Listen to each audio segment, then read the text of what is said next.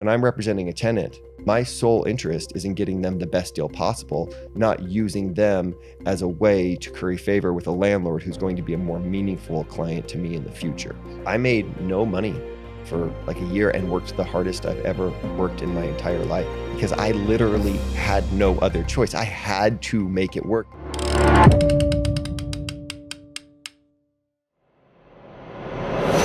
All right, welcome to another episode of the 5 to 50 Million Show. I am here with Clint Hardison, the founder of Ike Commercial Real Estate, and you founded that company with your brother, Blake, correct? That's correct. Yep. Awesome. Thanks, Clint, for joining us today. Looking forward to the conversation. Yeah, it's going to be fun. All right, first time on a podcast, right? That's true. I'm a long-time listener, first-time contributor. First-time contributor. Yeah. Awesome. Well, thank you for being here. Looking forward to going deep on commercial real estate and your story and what you see for the future in your business and commercial real estate in general. So let's get started. First, just tell us a little bit of the story. How did you decide that you were meant to be called to be a commercial real estate broker? Yeah. So I probably wasn't called to be a commercial real estate broker. It's a thing that I did, right? I'm really glad that it was the decision that I made. But I wouldn't necessarily vault it to like a calling. It's something that I really enjoy doing because of what it enables me to do in terms of bringing value to people and serving people, especially in a process that's normally really opaque and difficult for business owners. But the way that I got into it is I was 21, trying to figure out what I was going to do. And for years at that point, I'd kind of assumed I was going to be an attorney. Like I just kind of have that argumentative, can be a little bit of a jerk personality that it had people say to me over time, like, you might want to be an attorney. And I went and talked to one of my best friend's dads who had been I'd grown up knowing him, just the nicest guy in the world. And he just seemed like he had it figured out. Like life was good. He seemed super happy, knew that he was very successful professionally. And I went to go talk to him and be like, okay, I'm going to do this attorney thing. What tips do you have for me? And he's like, I have one big tip for you. And that tip is don't do it. and he just started talking to me about like the nature of the work and how demanding it was from a time perspective, how it was costly in terms of being taken away from your family in some of the key years to be with your family. And then that for at least him, this guy who looked like he loved it, that the work was often not very satisfying. And that was interesting to me because now it's like, oh, this thing that I thought I was going to do, I have somebody I really trust telling me you probably shouldn't do that thing, or you should at least think twice. And I know there are a lot of people I have a lot of friends who are very happy and successful attorneys. It was probably just this particular person, this particular moment, this particular type of law. Yep. But so what I started doing is looking for people in my sphere who had, good quality of life. They were able to achieve their financial goals.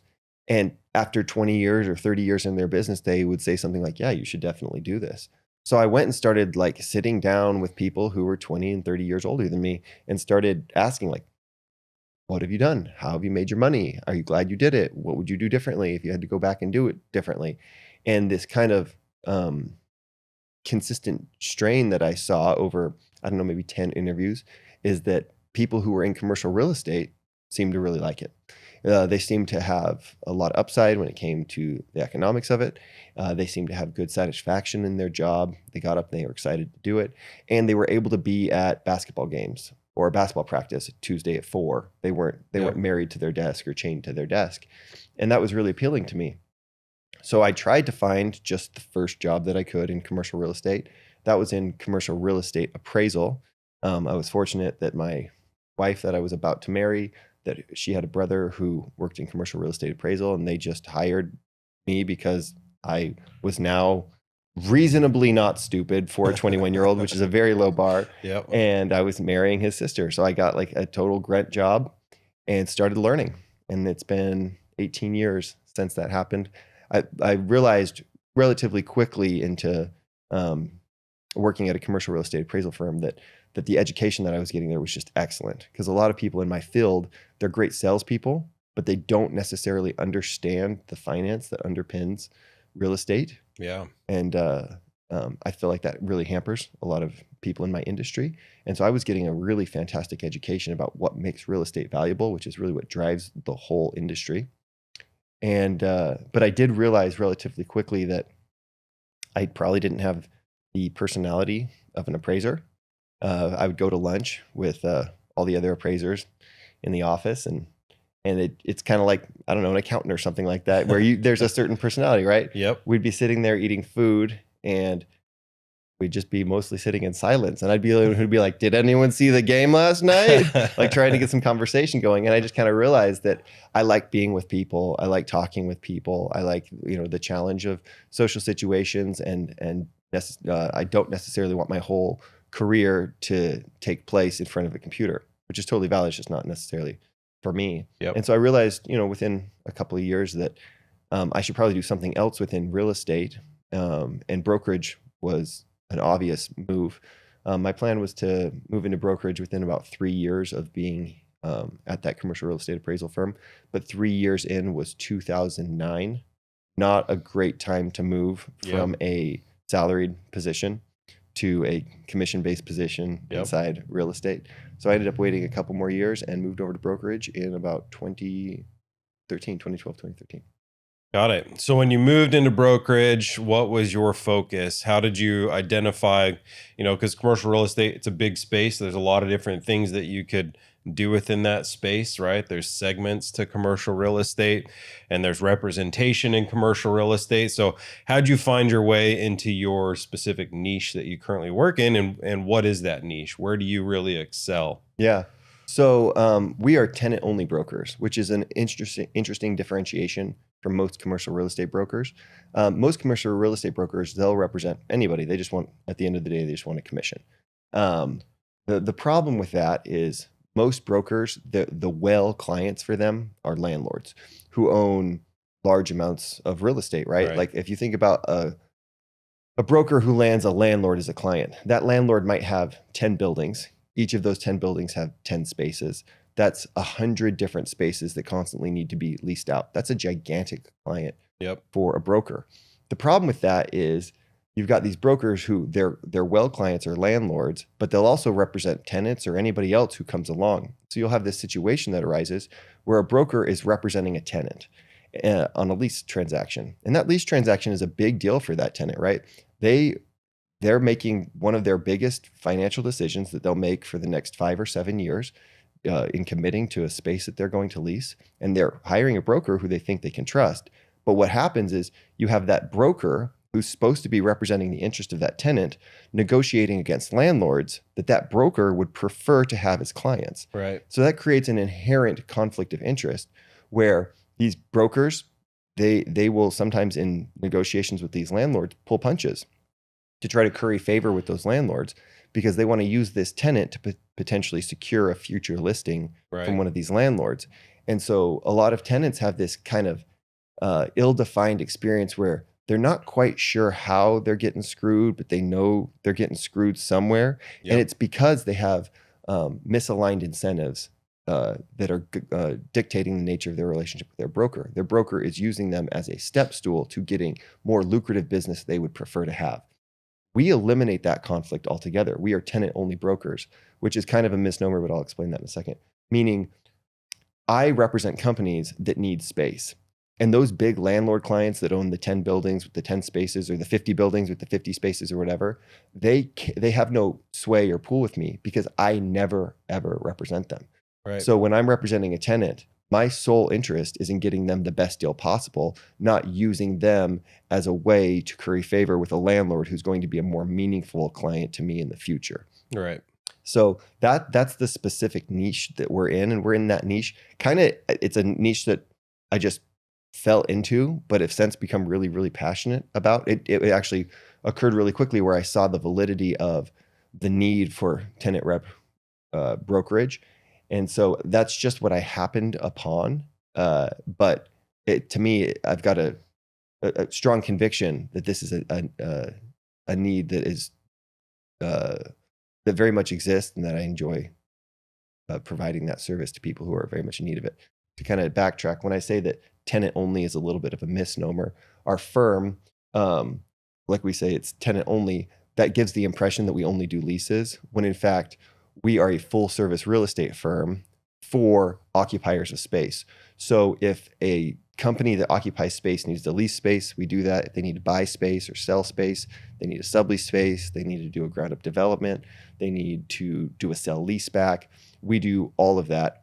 The differentiation is those big landlords that make up the well clients for most other brokers out there, we never represent them. So it's not what we do. We are a full service real estate firm. We do essentially everything. It's a matter of who we do it for. Gotcha. You're helping the little guys, so to speak, have a voice, have some negotiating power, have some expertise, working on their behalf, which we need more of in this world, right? There's a disproportionate disadvantage that exists for the smaller guys out there that don't have the money and the resources and everything else, right? So doing a good service in the world. And Ike itself is a relatively newer brokerage, right? So let's talk about your entrepreneurial journey. You mentioned, you had a salaried position at this commercial appraisal company. You eventually had to take that step to move away from that salaried position, which is the scary thing for a lot of entrepreneurs. I'm a big believer that more people should be entrepreneurs and take that leap. And that's the point of this show, is to help people have confidence in making that step and giving, specific information of how they can feel more secure in taking those steps. So obviously you had to take the one big leap to move into commercial brokerage, and then another big step into starting your own firm and moving forward with that. So walk me through kind of some of the decisions maybe that you had to make, or how'd you prepare to do those types of things that other people could apply to their own entrepreneurial journey. Yeah. So when I moved into brokerage, it had been part of a plan. Like I said, I was kind of anticipating that after maybe 3 years, I'd move over that commercial real estate appraisal firm, that I'd move over into brokerage. And it ended up being about 6 years, just to make sure the timing was right. Yep. So it was part of a plan. And so I was able to save up. I knew, like, hey, I'm going to go from a salaried position to a purely commission position. Right. And how am I going to make that work? By the time I did it, I had a kid, and it was like, I couldn't just not make money, or I couldn't just not have money. Yep. And so I saved up for multiple years, did like side hustles and things to try to make sure that I had extra money. And then when I actually took the plunge and made that transition into brokerage, which is, like I said, fully commission, I only made like $10,000 the first year. I worked my butt off. Yep. I worked so hard. Also dumb. I worked really dumb. Like somebody else could have, achieved more, learned more, done it without all of the heartburn that I went through. Sure. But I had to go through this process of figuring out, how do you actually create value in this business? Yep. How do you learn, the actual, when the rubber meets the road, what makes this thing work? And I did it wrong a ton. Which is something that I would hope to help other people breaking into this business avoid. But so I made no money for like a year and worked the hardest I've ever worked in my entire life. But that was also not inconsistent with my expectation for what it meant to move over. I was kind of saying, like, okay, what happens if I make no money for a year? Yep. And part of the challenge with that is continuing to believe in yourself in like month 8 of making no money, when you're used to just having a check written to you every 2 weeks on a Friday. Yep. And those aren't coming in, and you're not seeing the results, and you're working the hardest that you've ever worked. And then continuing to truck on in the face of no results, it was really challenging. But it was also one of the great experiences of my life, because I just continued to push. One of the interesting things about it was, by the 8-month mark, I had depleted my savings, right? Like I was getting close to zero. Yep. And so it's the concept of throwing your hat over the wall.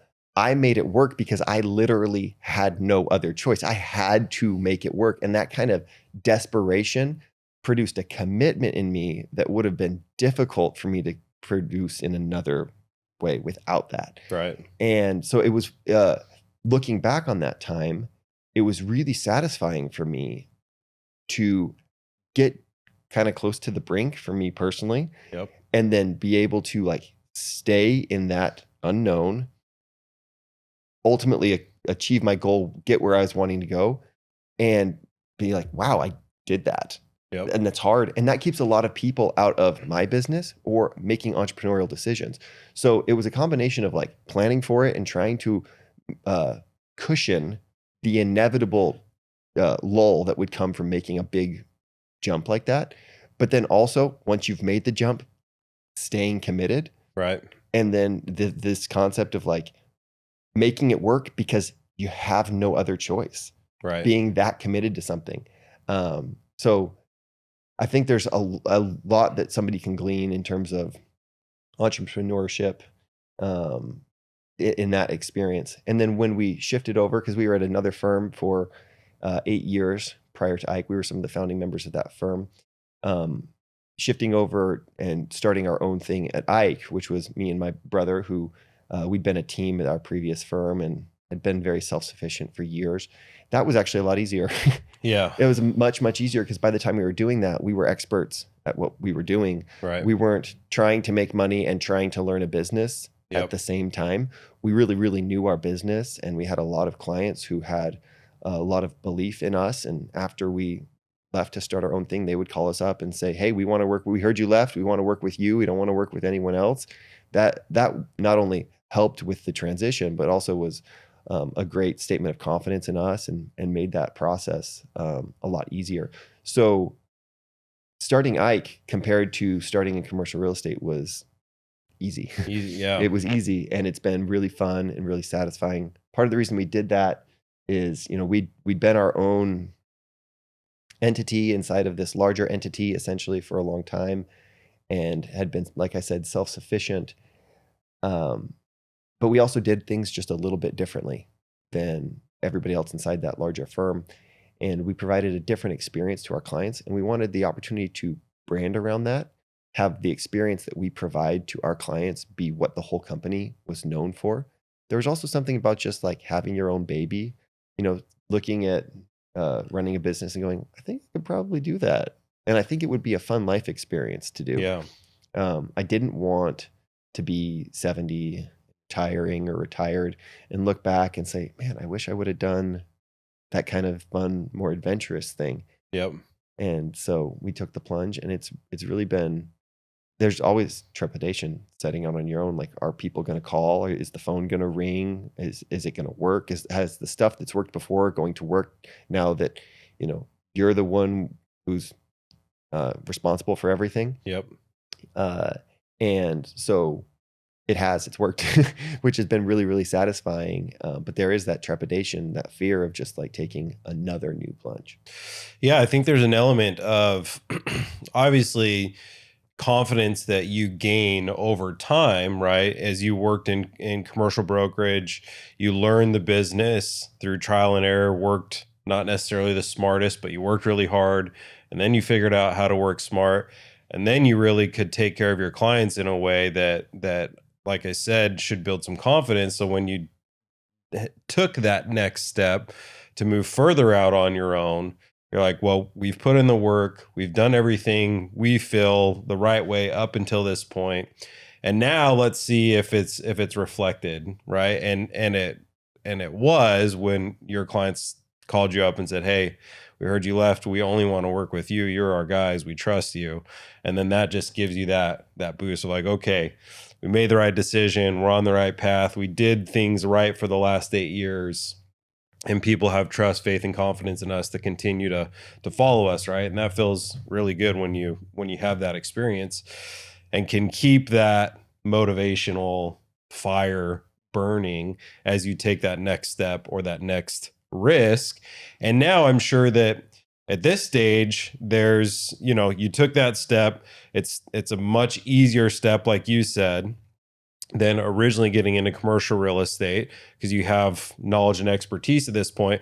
But I'm sure that there's still some challenges that exist, like being the business owner, having more responsibilities that come with that. So what are some of the current challenges that you're facing as you grow a brokerage at this point? Because your focus shifts a little bit, right? Before it was like, how do I get clients that I can find space to lease? And now it's like, you still have to do that, but you probably want to add some additional brokers to your team so you have another hat that you have to wear at this point on top of accounting and everything else you have to do as a business owner. So walk me through some of those challenges. So one of the best things that I would recommend to, people who are starting a business is have the right partners.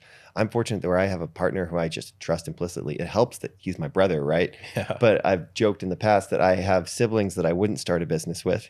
Sure. And I would start a business with my brother, even if he wasn't my brother, right? So having that right partner, somebody that you can trust and delegate responsibility and to make sure that, like, when you're buying insurance or when you're negotiating the lease for your space or when you're handling taxes, whatever it is that comes up with running a business, that you're equally yoked with someone, assuming not everybody has a business partner, but that's worked out extremely well for me, having a partner that I trust so deeply. And not only trust, like, he wouldn't screw me, but trust his aptitude and ability to handle things with me. And that's been such a gigantic blessing for me to have that as I go through this process. Ike is coming up on 3 years old, and we have actually been really intentional about not growing to this point. We have seen other brokerage firms who add headcount just because they can add headcount. Because in a commission-based world like we're in, the cost of adding a new person at your firm is really low. It's like, do you have a desk? What software do you need to sign them up for? Can you cancel that software if it doesn't pan out for them? They only cost you money if they make you money, right? Right. And so we've seen how that has led other commercial real estate brokerage firms to bring people on that don't add to the business, and the business doesn't add to them. And so we've had lots of opportunities to grow and add people to this point, and we've been reluctant to do so because we want to make sure that it's exactly the right situation, not only where it's beneficial for us, but when you bring someone into your company, to me, I have a certain sanctity about that. Sure. I would never want somebody to make the type of life changes that they need to start a new thing, especially a commission-based thing like what we do, and not feel like that person is going to be positioned for success. So we've been really, really solemn about our approach to adding people, and have probably taken more time to do that. And that, I would say, is the next big thing. We actually have started to add. We brought a new person in just last week. We are in conversations with several others. So I think that the next big adventure for us is going to be bringing in other people, being able to teach them how we have been successful at this to this point, and scaling it 1 to 2 people at a time until we get to the optimal size for us, which there's a lot of adventures and challenges associated with that we're going to be discovering. And we're really just setting off on that ourselves right now, because we have been intentional about not moving to that phase before we felt like it was really going to serve us and serve others, the people that are going to come along with us. So not just adding bodies to potentially fail. Like your objective is, if we're going to bring somebody on, it is almost with a clear path to success. Yeah. Right. And I don't even know that that's necessarily the best business strategy. I think my emphasis on that comes from seeing the personal side of it, of like how much of an interruption it is for somebody to change their life, change their career. A lot of times in brokerage, in commercial real estate brokerage, people will make these really grand promises about, like, oh, you'll be making this much within this many months. And you get people all hot and bothered that they're going to be really successful. And then they get in it and they find out it's a really hard business. It's challenging. And so I've seen the personal impact that that's taken on people. I've lived it, right? Like I said, I didn't make any money for a long time, and it was challenging. And so maybe somebody who is more of a cutthroat business person would be like, yeah, bring them on, sink or swim, see what happens. Right. You might burn through 9 people, but that 10th person's going to pop, and now you're making money off that 10th person. And so it might be that a better business strategy for some people would be to do this differently. That's just not how I want to operate, because I really want the people who are going to grow Ike with us over time to be people who are willing to invest in the business because I'm willing to invest in them, both professionally and personally. Like I just wouldn't want to do that to someone.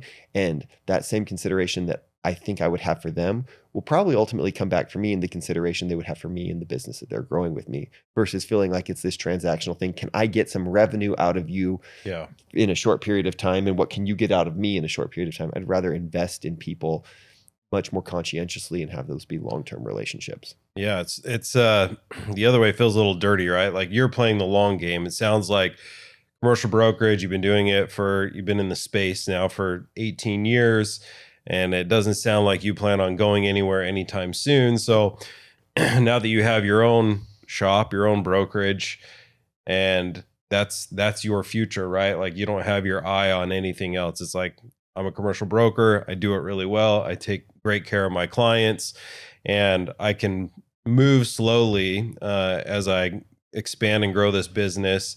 And there's no perfect business plan. I don't think anyone's ever written a perfect business plan. Maybe Jeff Bezos with Amazon, but that Yeah. probably had iterations along the way, right? Mhm. To get to the kind of valuation that Amazon is at this point. But it's, everyone needs to adopt a plan and a style that works for them, and then that can be a perfect business plan for you, right? Because it aligns with your values, with your goals. And adding bodies just to add bodies, if that doesn't feel good to you, then it is a good business plan, right? Yeah. To move the way that you're moving. Good. So what are if this is the you're playing the long game, what's next for Ike? Like, what do you see yourself as a brokerage? You can kind of get into numbers if you want, as specific as you want, but where do you see yourself growing to, and what steps do you see yourself needing to take to get to that Yeah. outcome? So I think ultimately, like the businesses that when we look around the country and we see commercial real estate brokerage firms, we go, man, those folks have been doing it right for a long time. Yep. They're not 100-person brokerage firms. They're not even like 50-person brokerage firms. So like, well, what I think we are wanting to be is probably 10 brokers who are really, really excellent producers, and then support staff for those brokers to facilitate growth, revenue growth for each of those individual brokers on time. We're not looking to be a gigantic business. We're looking to be a business that produces a lot for relatively few people. Part of that is like the management headache that comes along with 100 people is very different than the management headache that could ultimately come along with 15 people. Right. Also, the larger you get in our business, the more potential there is to have internal competition between brokers for prospective clients. And by staying a little bit smaller and a little bit more nimble, you eliminate that internal competition element that can create friction, but also doesn't grow your total share of the market, right? If you're Right. fighting over stuff internally, you're not growing over, potentially new clients. So I think that's probably what we're gunning towards right now. Right now, our goal is to be the absolute best small brokerage that we can be. And when it comes time to be the best, when it comes time to be a 7-person brokerage, we want to be the absolute best 7-person brokerage that exists. When it comes time to be a 10-person brokerage, we want to be the absolute best 10-person brokerage that we can be. And our plan for how to enact that right now is to find like-minded people who are similarly constituted to us. There are people out there that know real estate who don't have the same disposition as us, don't have the same approach to business that we do. We're not necessarily interested in bringing on those people. I'd rather find somebody who is a self-starting top performer in whatever it is that they do and teach them real estate, because I've spent 18 years learning real estate, in some cases in the dumbest way possible. And I can teach that to somebody else much more efficiently than I learned it. But if we can have someone who is really hungry and smart and willing to work really, really hard, and then we can put together 10 of those people over time, we can teach them real estate, and we can do it in a way that provides them the same thing that I found years ago when I broke into brokerage myself, which is the satisfaction that comes from being like, I can do this challenging thing and I can provide for myself and provide for my family in a way that really works for me. Part of what we're trying to build is finding those people, finding the right ones, but also creating an environment where I show up to the office and every single person that I see when I show up at the office is somebody that I'm excited to see that day. Yep. And that's just a personal thing for us, where the iteration of Ike that we're building towards is top producing people we like being around. Because I don't want to I don't want to build a business. My brother doesn't want to build a business with me.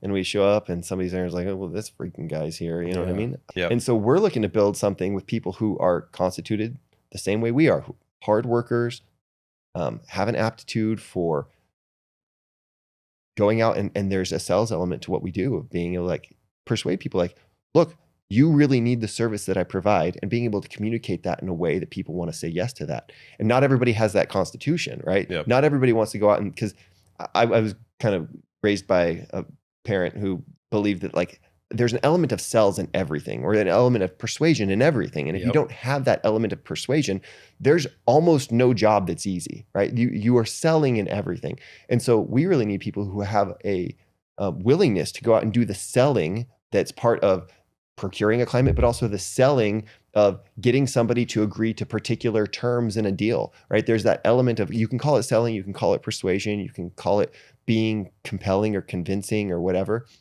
But we need people who have that kind of spark. It's, not everybody has that, but is willing to do that work. And then that we want to be around every day and ultimately grow to this kind of 10 to 15 person shop. And ultimately, I think like a great version of Ike is probably like a $15 million a year revenue business. And it doesn't need to be much larger than that. That's, that provides a lot for everybody who's involved, which is really ultimately our goal, and something that I think that we will eventually get to, especially now that we've moved into the phase of being like, okay, we have this dialed as this new entity that me and my brother own and operate. It's time to grow this into something where we can bring in other people and have it bring value into their lives as well. Love it. Love it. So I've got a good understanding of like the type of individual you'd want to bring in to your organization, right? That you're protective of, rightfully so. And so what, on the other side of that, like who's your ideal client? Like who are you? We talked about, obviously you do tenant representation and it's within a full kind of ecosystem, and the smaller businesses that don't necessarily have the same kind of resources as those big whales. Mm-hmm. But more specifically, like what do those clients look like? Like if someone listens to this and they're like, I wonder if Clint would want to work with me as I need help with my space. Like, talk to me about that. What does that perfect client look like? Perfect, quote unquote, client look like for you? What are you looking for? So we primarily represent office and industrial users. Okay. So when you see the big office buildings off the freeway, you see the big industrial buildings off the freeway in the far East Valley or the far West Valley, those are the type of tenants that we typically represent. But really any company that needs space or has space and needs to figure out what to do with their space, we represent those companies. And we actually do a significant amount of our work outside of Arizona right now. Okay, I was going to ask that. Yeah, most of our deals are outside of Arizona. And so if somebody is in Arizona, but they have a need in Nashville or Texas, we handle that process as well.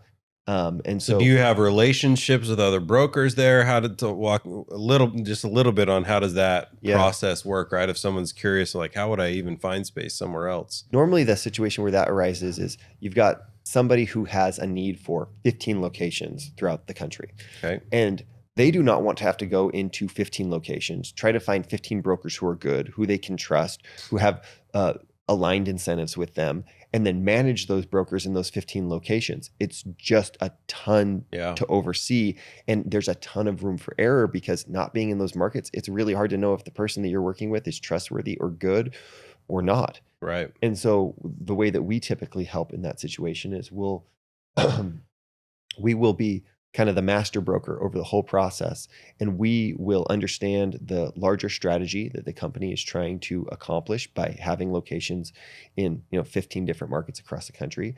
And then we will go into, let's say it's Austin, we will go into Austin and we have a lot of relationships with existing on the ground brokers in many cities across the country. But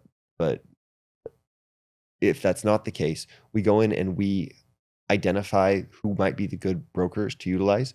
We put them through an interview process, And then we hire and fire based on their production in that market for that specific requirement, with us being the ones overseeing their performance to make sure that they're not cutting any corners.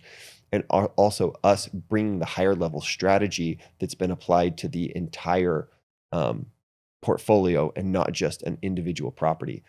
The benefit for our clients here is they know they can trust us. They know that we know how to oversee brokers in individual markets.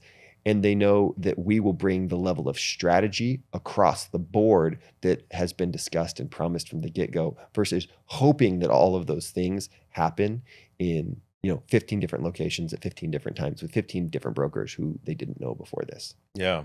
So a lot of your clients are small enough to where they don't have an internal real estate team that's really expensive that can do all this management for them. So they get to outsource it to you. Mm-hmm. Obviously, they don't necessarily, do they pay you a fee to manage all of that, or are you paid based on success? Like you find them a space to lease, you get paid at that time by the landlord, right? Yep.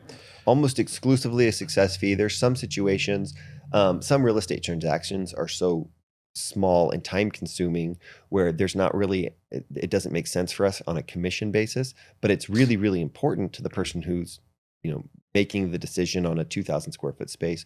So sometimes with those, what we'll do is we'll set up a different compensation structure. Got it. So that we can justify the time that we would put into a given transaction.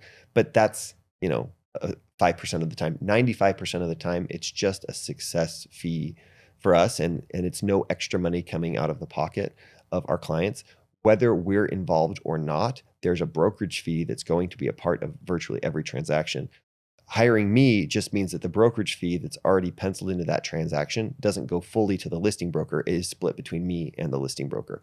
So by using me and my firm, a company gets representation at no added cost. If you don't use someone like me, what ends up happening is the person negotiating against you gets paid double. Awesome. Love it. Tons of value. Appreciate all of your insights and information and your story. Congratulations on all the success. Sounds like the time investment, your own personal savings investment to get started in the business has paid off for you. And that's the thing with entrepreneurship, right? That time, that initial pain that you have to experience is an investment. Again, we can buy stock today, and we're going to have to hold on to that stock for a while to really see the dividends. It's time that makes the difference. So keeping that top of mind for individuals, for entrepreneurs, it's like you've got to put in the work, you've got to put in the time, and those investments will pay off. And I'm super happy for you that they have.